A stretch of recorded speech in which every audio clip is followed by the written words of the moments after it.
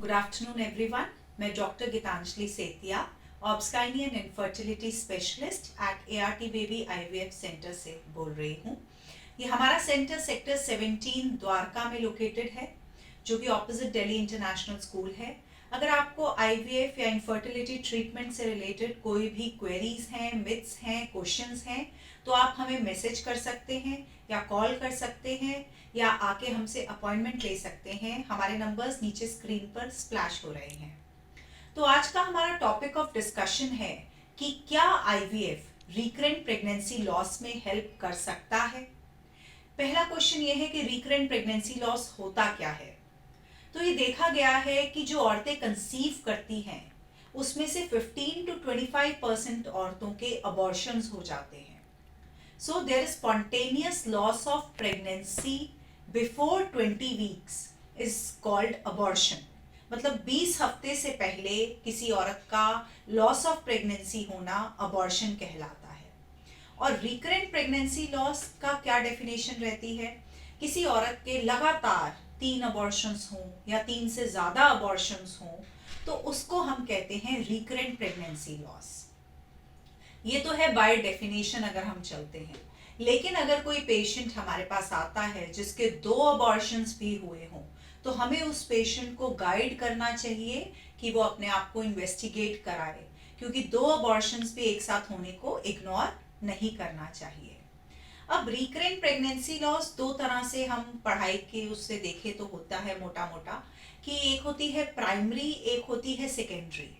Primary recurrent pregnancy loss क्या होता है कि एक ऐसी लेडी जिसके अबॉर्शंस हुए जा रहे हैं या जिसने कभी एक सक्सेसफुल प्रेगनेंसी देखी ही नहीं है। और सेकेंडरी रिकरेंट प्रेगनेंसी लॉस क्या होता है कि एक लेडी है, उसके अब अबॉर्शन हो रहे हैं 1 2 3, लेकिन पहले उसके पास एक हेल्दी बच्चा है या उसने एक सक्सेसफुल प्रेगनेंसी देखी है। तो ये होता है सेकेंडरी रिकरेंट प्रेगनेंसी लॉस। अब रिकरेंट प्रेगनेंसी लॉस अगर हम कहें कि ये किसको अफेक्ट कर सकता है, तो वैसे देखो मोटा मोटा रिस्क फैक्टर हम देखें तो हम कहते हैं एज बड़ी हो तब इफेक्ट कर सकता है, या कोई हार्मोनल डिजीज जैसे डायबिटीज हो, थायराइड हो तो इफेक्ट कर सकता है।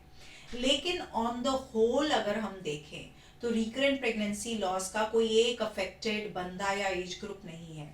ये किसी भी एज के बंदे को, किसी भी एथनिसिटी के बंदे को और किसी भी लाइफस्टाइल वाले बंदे को अफेक्ट कर सकता है। तो अब हमने ये देखा कि रिकरेंट प्रेगनेंसी लॉस किसी भी लेडी को हो सकता है, किसी भी लेडी को अबॉर्शंस को एक्सपीरियंस करना पड़ सकता है। तो अब इसके कॉजेस क्या होते हैं? कॉजेस में सबसे इम्पॉर्टेंट और मोस्ट कॉमन जो सबसे ज़्यादा पॉपुलेशन में कॉज देखा गया है अबॉर्शंस का, वो है जेनेटिक कॉज। मतलब जेनेटिकली बेबी में कोई ऐसी प्रॉब्लम आई या उसके क्रोमोसोमल एनॉमली आई जिससे वो बेबी इम्प्लांट नहीं हो पाया या ग्रो नहीं कर पाया। तो जेनेटिक कॉज में पेरेंट में कोई ना कोई एक ऐसी, हम साइंटिफिक टर्म में कहें तो बैलेंस्ड ट्रांसलोकेशन होती है, जिससे कि उस पेरेंट को कोई सिम्टम नहीं होते, वो एक नॉर्मल लाइफ जीता है, उसे कोई बीमारी नहीं होती। और ये ट्रांसलोकेशन कभी भी किसी भी वक्त म्यूटेशन हो सकती है। ऐसा नहीं है कि 10 साल पहले नहीं थी तो अब नहीं हो सकती। तो जिस भी पेरेंट में, मतलब हो सकता है किसी एक पेरेंट में ये बैलेंस ट्रांसलोकेशन हो जिसके कारण एक क्रोमोसोमली मतलब एनोमेलस एम्ब्रियो बन रहा हो या जेनेटिकली अबनॉर्मल एम्ब्रियो बन रहा हो, और फिर ये आगे ग्रो नहीं करने के कारण उस लेडी के बारी बार अबॉर्शंस हो जाते हैं।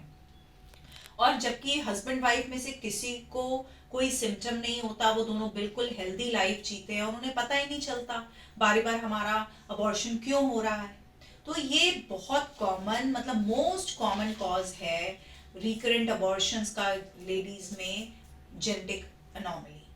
दूसरा आता है कि लोगों को हार्मोनल डिसऑर्डर्स होते हैं, लाइक थायराइड या फिर डायबिटीज या प्रोलैक्टिन, उनका हाइपरप्रोलैक्टिनीमिया, ऐसे बहुत सारे डिसऑर्डर्स होते हैं। फिर एक कॉज आता है ब्लड क्लॉटिंग डिजीजेस। इसमें आते हैं एंटी फॉस्फोलिपिड सिंड्रोम आता है, जिससे कि पेशफीटस तक अच्छे से ब्लड नहीं जा पाता है और ऐसी लेडी के बार बार अबॉर्शंस होते हैं। और कॉजेज में हम देखें तो आता है यूट्रस की एनॉमलीज।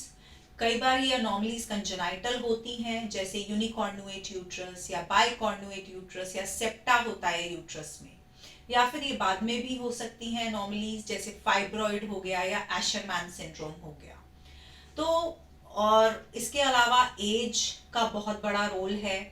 अगर एक लेडी की एज 35 साल से ज़्यादा हो और आदमी की एज 40 इयर्स से ज़्यादा हो और वो कंसीव करते हैं, तो एग क्वालिटी एक एज के बाद गिरनी शुरू हो जाती है।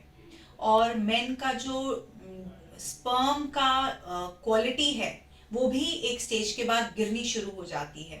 तो ऐसे कपल्स जिनमें औरत की एज ग्रेटर देन 35 इयर्स है और आदमी की एज 40 से ज़्यादा है, तो ऐसे लोगों में भी प्रेगनेंसी लॉस या अबॉर्शन के चांसेस रहते हैं। इसके अलावा बाकी में लाइफस्टाइल, हमारा unhealthy lifestyle, smoking, alcohol, excess caffeine या कोई इन्फेक्शंस होना जैसे टीबी, क्लेमाइडिया, इन सब से भी औरत का बारी बार अबॉर्शन हो सकता है।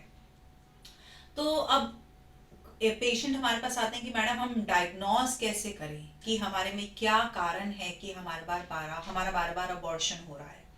तो डायग्नोसिस में सबसे पहले डॉक्टर पूरी डिटेल्ड हिस्ट्री लेता है कि लेडी ने कितनी बार कंसीव किया, आराम से कंसीव हुआ या नहीं, या कितने टाइम पे उस लेडी का अबॉर्शन हुआ, या कितनी बार उस पेशेंट को दवाइयों से अबॉर्शन हो गया या डीएनसी करानी पड़ी। हमें एक डिटेल्ड हिस्ट्री लेनी होती है और एक पूरा फिजिकल एग्जामिनेशन हमें पेशेंट का करना होता है। इसके बाद हम पेशेंट्स को गाइड करते हैं